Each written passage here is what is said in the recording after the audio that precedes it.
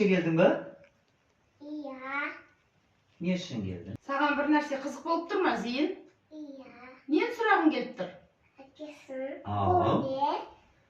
Бұл қазақтың ұлттық аспабы сыбызғы деп айтамыз. Көресің бе тартып? Iya.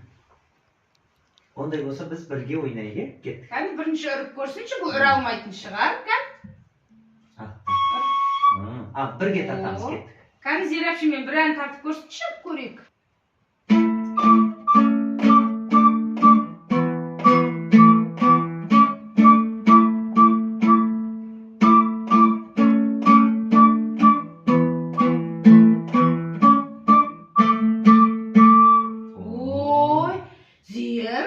Сен бірден қалай тартып кеттің?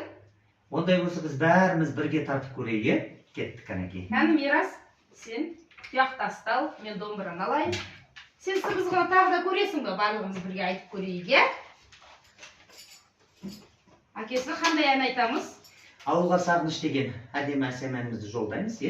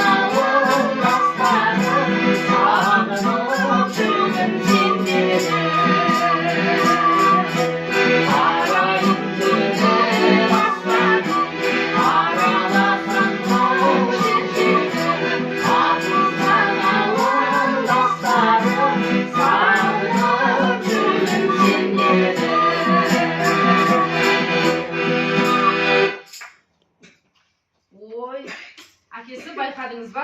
Осы біздің Зейіннің қабілеті басқа балаларға қарағанда өнерге өте ерекше екен. Балаларым өнерлі өрге жүзер деген. Жігітке жет өнер де аз деген.